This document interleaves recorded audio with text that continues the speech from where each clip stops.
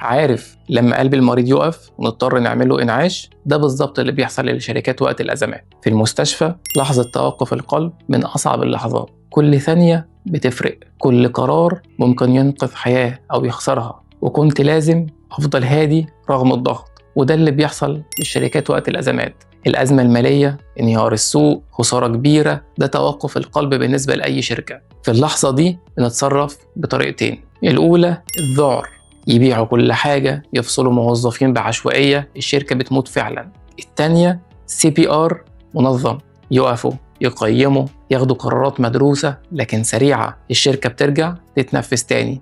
في غرفة العمليات اتعلمت CPR ب3 مكونات: الضغط، الوضعية، التنفس، كل خطوة وليها هدف. وفي البيزنس بطبق نفس المبدأ بالظبط، 3 خطوات CPR للشركات. الخطوة الأولى قيم الضرر، زي ما في غرفة عمليات بسأل القلب واقف من إمتى وفي نبض ضعيف ولا لأ، في الشركة كمان بسأل الأزمة بدأت إمتى، هل في تدفق نقدي حتى ولو بسيط، العملاء الأساسيين لسه موجودين ولا لأ. ما تتحركش قبل ما تعرف أنت واقف فين. الدكتور اللي بيبدأ CPR بدون تقييم ممكن يضر المريض، والمدير اللي بياخد قرارات بدون تقييم ممكن يدمر الشركة. الخطوة الثانية تدخل عاجل، وقف النزيف المالي، قلل المصروفات الغير ضرورية، دخل سيولة، بيع أصول، قرض قصير المدى، حافظ على العملاء الأساسيين، تواصل معاهم. القرارات سريعة لكن مش عشوائية. الخطوة الثالثة تواصل واضح. في غرفة العمليات بوجه الفريق بصوت عالي وواضح. الغموض وقت الأزمة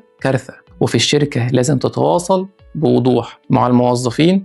الوضع صعب لكن دي الخطة، دوركم إيه؟ مع العملاء في تحدي لكن ملتزمين بالخدمة. مع الموردين هنأخر الدفعة لكن هنسدد. الناس بتتعامل مع الصراحة مش بتتعامل مع الغموض. القاعدة الذهبية: الهدوء وقت الأزمة هو اللي بيحدد النتيجة. في 2020 لما كورونا ضربت العالم كله، شركات كتير قفلت، بس مش بسبب ان الأزمة كانت كبيرة بس، لا، لأن أصحابها اتخضوا. شركات تانية بنفس الظروف عدت لأنها قعدت بهدوء، قيمت، خدت قرارات صعبة لكن مدروسة. أنا كنت بعمل CPR لإنقاذ المريض، ودلوقتي بعمل CPR لإنقاذ الشركات. الفرق في الطب بنقذ حياة، في البيزنس بنقذ شركة وعيلة كاملة بتعتمد عليها. ما تستناش الأزمة، التحضير هو اللي بينقذ. لو شركتك مستعدة لأزمة بكرة، اكتب جاهز في التعليقات.